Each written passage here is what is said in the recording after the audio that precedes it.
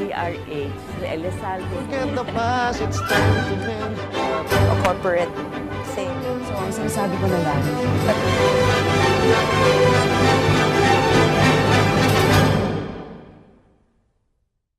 Isang mapayapang hapon Pilipinas. Ito po ang inyong balerina ng bayan, si Lisa Macuja, na bumabati sa lahat ng nakikinig sa atin sa DZRH at sa lahat ng nanonood sa RH-TV, lalo na sa mga kasamahan nating alagad ng sining at kultura sa buong bansa. Sa hapong ito, kasama natin ang isa sa mga itinuturing na most talked about young artists sa ating bansa. Nakilala siya para sa kanyang mga kakaibang light art installations, textile sculptures, textile designs, and jewelry, at maging sa mga home accessories na pawang binigyan niya ng di pangkaraniwang hugis at tema. Naging usap-usapan din ang kanyang mga public art installations kung saan gumagamit siya ng mga disposable at recyclable materials tulad ng mga bote ng tubig, cocktail stirrers, plastic spoons, at iba pa, upang gumawa ng nagagandahang mga likhaing sining na hinahangaan sa loob at labas ng Pilipinas. Kaya't huwag kayong aalis sa hapong ito, kikilalanin natin sa kalahating oras ng masayang kwentuhan ang tanyag na kabataang visual artist, designer, at environmental advocate na si Olivia. Isinilang sa Pilipinas noong 2 ng Pebrero 1986. Maagang namulat sa ganda ng kalikasan ang French-Filipino artist na si Olivia de Abouville. Dala na rin ang paglaki niya sa matulaing baybayin ng Puerto Galera sa Mindoro. Dahil dito, maaga niyang napukaw ang kanyang interes sa sining. Tumulak siya papuntang Pransya upang mag-aral ng kolehiyo at nagtapos na may karangalan sa École du Pair, isang prestigious textile design school sa Paris noong 2009.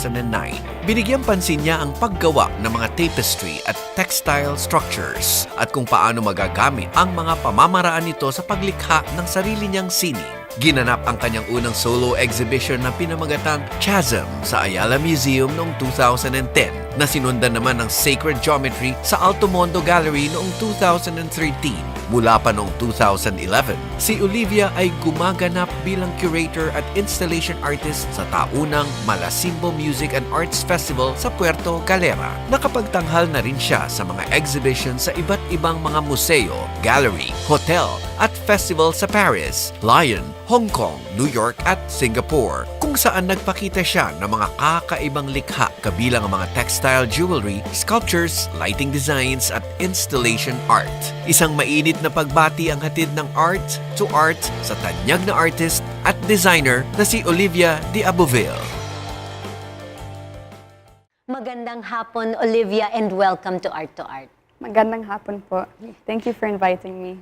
Okay, Olivia, I'll be honest. Actually, I follow you on Instagram. Oh, really? And the reason Ballet Manila's chandeliers are now made out of recyclable materials, Wow. including yung mga glass, bottles. Yeah. Na kung saan they put the lights inside, the chandeliers. It's inspired by your art. Wow, I would love to see that. Yeah, in fact, well, I'm an ISM parent, and my daughter graduated last June, and it was your art Yes, that decorated yeah, that's right. the fine arts lobby, Yes.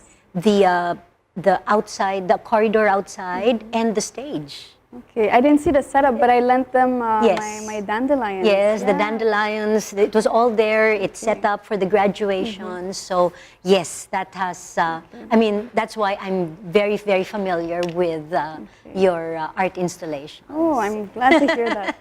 And thank you for inspiring the fact that you can actually make sets for ballet Yeah. with recyclable materials. That's really. awesome. I'm very It happy. all to came see from that. you. Wow. Okay. So, not many people know that your family descends from French nobility.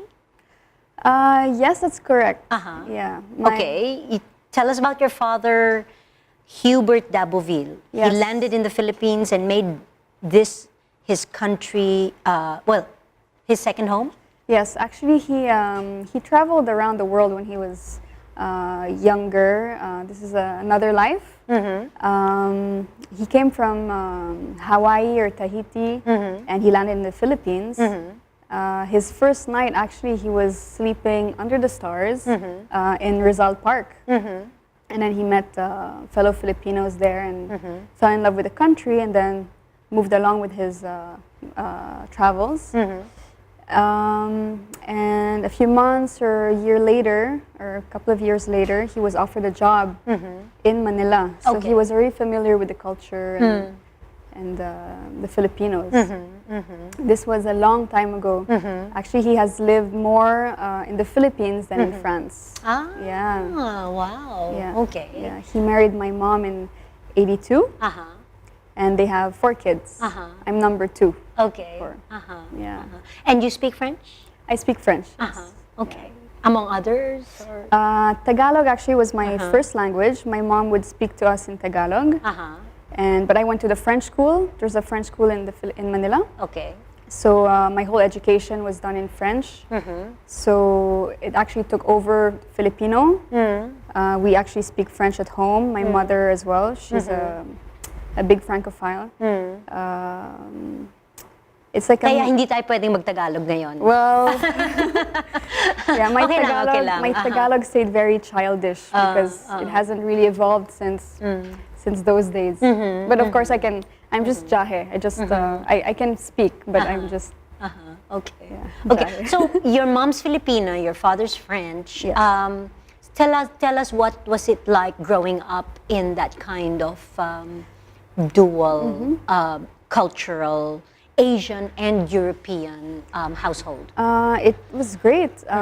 So I went to the French school here, which we follow exactly the same curriculum as in France. Even the seasons. I mean, we would be on vacation same time as in Europe. So actually, we would spend 2 months in France, July and August, which we used to call the long vacation. So we would go to France once a year at my grandparents and play with all my cousins. My dad has a very big family. Okay. Actually, the 2 sides, my mom as well. And so we were a bunch of kids just spending summers together. And then back to the Philippines, back to school, where we would stay in Manila and go to Puerto Galera on either long weekends or short holidays, where my parents have a home there. So we would love to go there all the time. So what part of your childhood made you want to become a visual artist? I started painting very early. Okay. My kindergarten teacher was actually my art teacher as well, outside of school. And a lot of us students from the French school would attend her classes. We would all paint. We would all be at school together, and then we would also be at her home. She would teach at her home in Bel Air. And so we're all pretty creative thanks to her. She really opened us to the art world. We would first choose the books. She had books on all the masters. So we would pick the book, the artist, and then we started copying. So that's how I learned how to paint. We would copy masterpieces. And then from there, when you learn a few composition techniques, color combinations, I guess you're more able to express yourself with your own creative thoughts and being able just to to express what you have in your mind. Back then I really wanted to become an artist, but I knew that painting wasn't for me. I was okay. I mean, I think I was good, but I wasn't good enough. But I knew that I wanted to... You wanted to create? Yes, I wanted to create, whether it was in design, architecture, or even graphic design. I knew that somehow I would be in the creative field. And I just stumbled upon textiles. So it was with textiles that you first Yes. began your artistic journey. Yes, I'm a textile designer. So I moved to France when I was 17 after graduating high school here in the French school, the baccalaureate. So I moved to Paris, and although I knew I wanted to study arts, in France, the system is, so when you graduate from a general school education, you first have to enter a prep school just to learn about the different disciplines. So in my first year, I would have courses on architecture, on color, clay. We also had, so we would do a lot of different classes. And after a few months, I realized that I really wanted to work with my hands, first of all.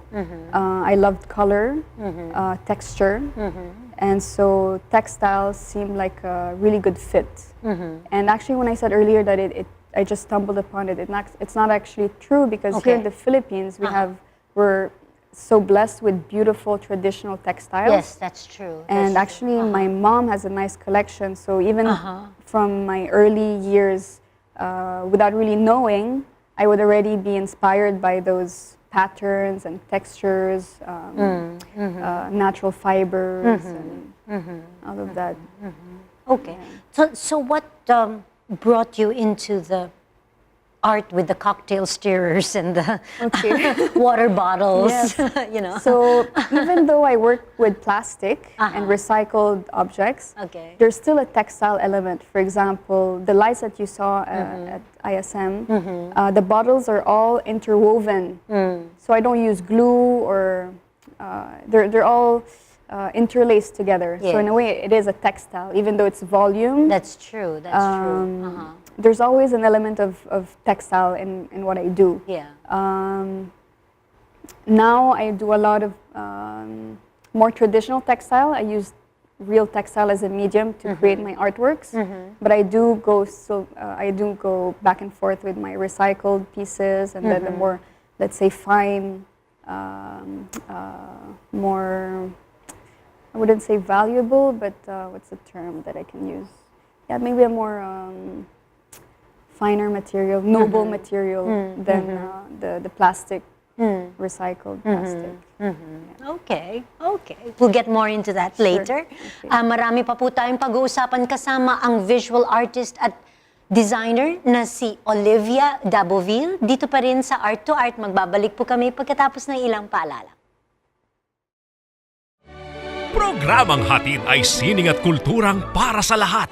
Magbabalik ang Art2art. Schedule ng mga inaabangang konsyerto. Update sa mga magagandang panoorin sa mga tanghalan at teatro. Narito na ang Art2art Calendar.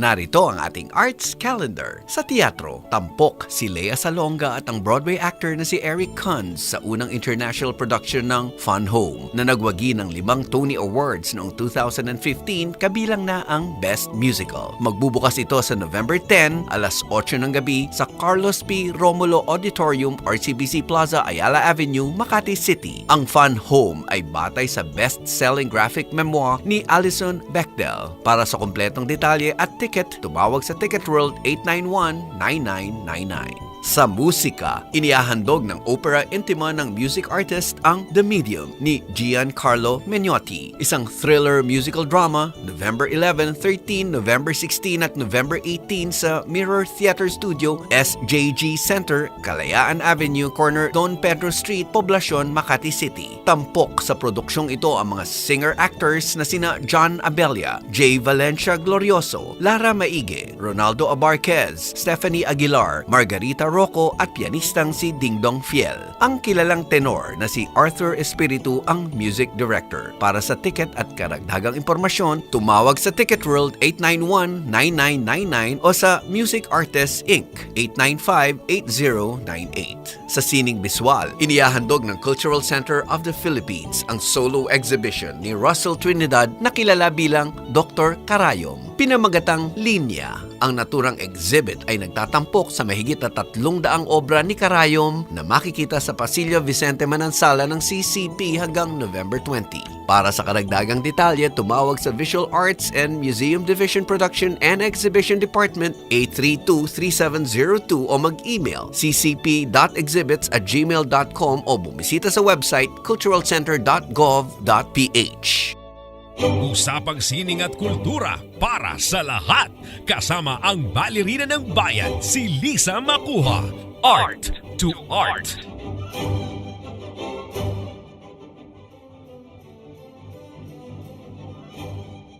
Kasama pa rin natin ang French-Filipino artist and designer na si Olivia Daboville. Okay, you specialized in textiles and tapestries. So what was their attraction to you from the very beginning? How have you innovated with what you've learned to produce the work that you have now as a professional artist?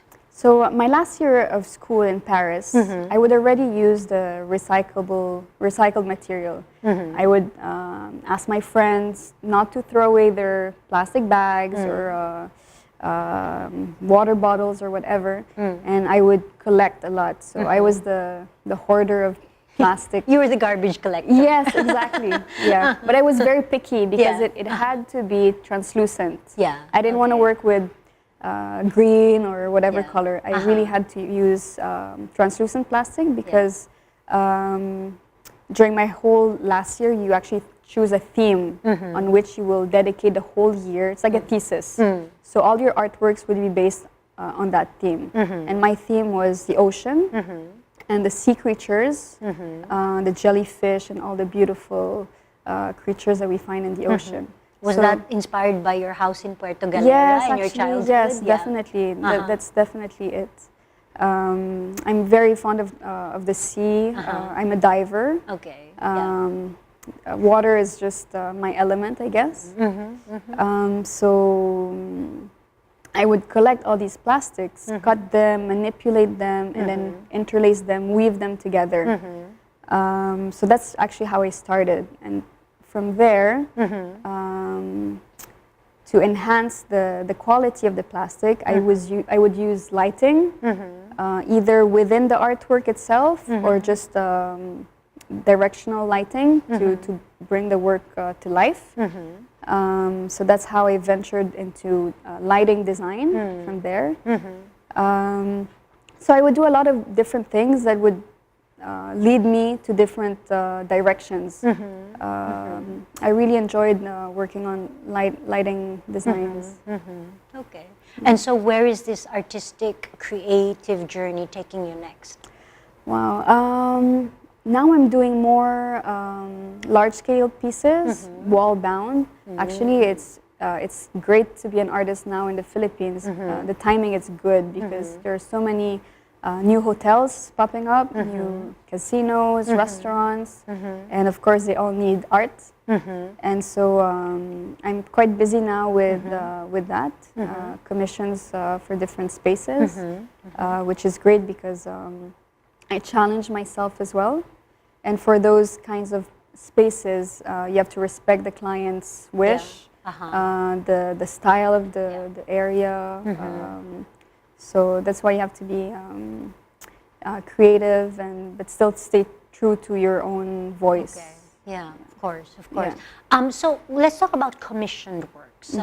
How much is commissioned, and how much is the client, and how much is you in a commissioned work? Well, luckily now people know that I do a certain type of artwork. So when they reach out, they have an idea of, okay, this is what I'm going to have in my space.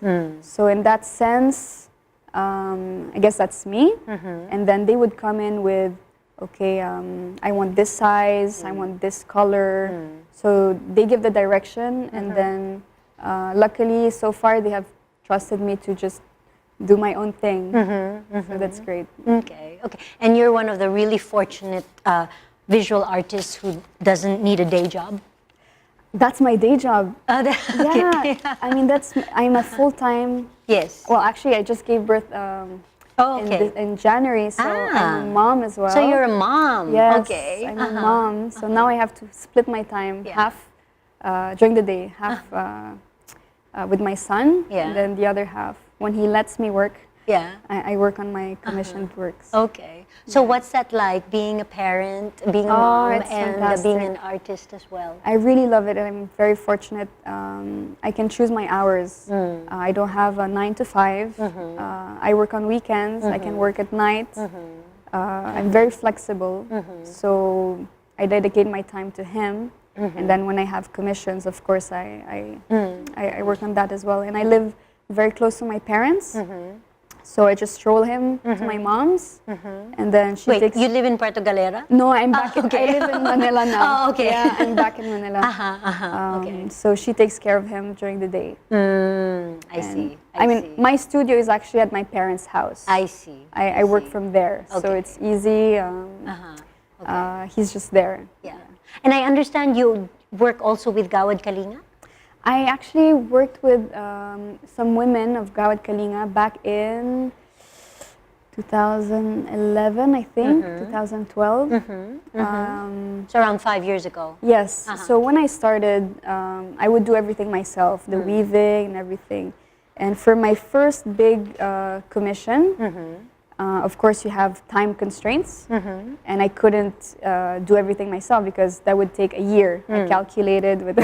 Okay. Yes. So it's impossible. Yeah. So for works like this, I need help. Yeah. So I work with women of Gawad Kalinga back at the farm, Yeah. the Enchanted Farm in Bulacan. Yeah. And that was great, yeah, to meet the people behind Gawad Kalinga, the fantastic work that they do. And in a way, I was able to also be part of the livelihood of these women and who support their families. Yeah, actually, going back to the work that I saw on stage in ISM, a lot of that was actually done by the ISM moms, using the technique that obviously you taught and then of course putting the chandeliers all around and your wow, I'd love to see photos. Sayang nga you didn't see it. Yeah, It was really pretty, very, very pretty because it played with the light. And you know, as the students were exiting the theater, you know, it was all lit up and with all their photographs beside all these the bottles and the glass, the styrofoam containers, not styrofoam, plastic containers. And of course your daffodils with that was plastic water bottles. that were stripped. Yes, exactly. Okay, it was really pretty. You know, as I said, it inspired my chandeliers for Ballet Manila. Okay, dream project. Do you have a dream project, and how do you see it? Yes, I do have a dream project. Outside of the commercial aspects, like of course I would love to make a big, let's say, outdoor piece for a residential building or a hotel. But my dream project, which will not necessarily, let's say, bring money, I mean, to me, is I would love to be involved in rehabilitating a coral reef. This could also be injected with art, not necessarily just, I don't know, science. Because I've seen some projects of coral nurseries, and they create structures, armatures made of metal, and then they hang the corals for them to grow on them.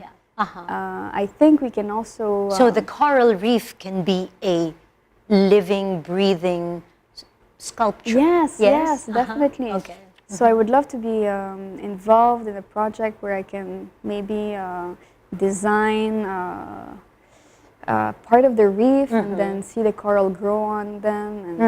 And yeah, like you said, it's a living sculpture. Yeah. Well, that's one way of putting both your loves together. You Yes, know, definitely. Your diving and your love Yeah. for the art, and I think you're going to make that happen. I hope, yeah, one day. And hopefully it's going to be somewhere nearby so we can visit. Yeah. And we can all dive and enjoy your art out together. That's the first museum underwater. Okay. Olivia, thank you so much for your time. And of course, we wish you all the best. And Thank you may so much. all your dream projects come true. Thank you very much.